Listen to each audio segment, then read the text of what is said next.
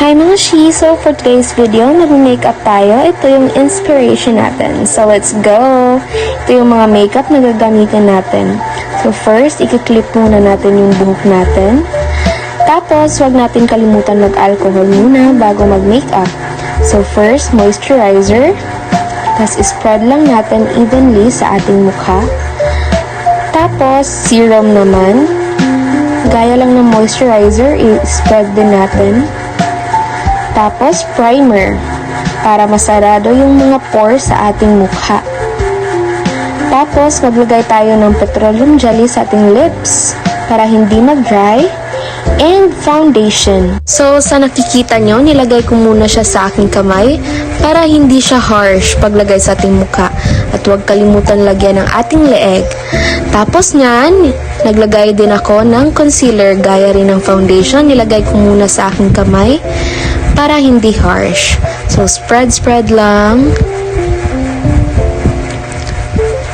Katapos nyan, liquid blush.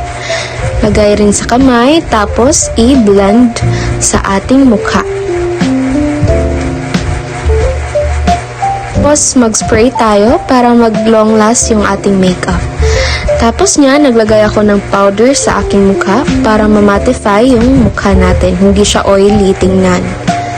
So, wag din kalimutan yung leeg. Ngayon, magkikilay tayo. Hindi ko na ipapakita yung proseso kasi matatagalan tayo. Ngayon naman mga she, mag-eyeshadow tayo. So, brown, yung base color natin. Spread lang. Tapos nyan, maglagay tayo ng highlighter sa ating inner corner sa mata. Tapos mga she, maglalagay tayo ng eyeliner. Ayan.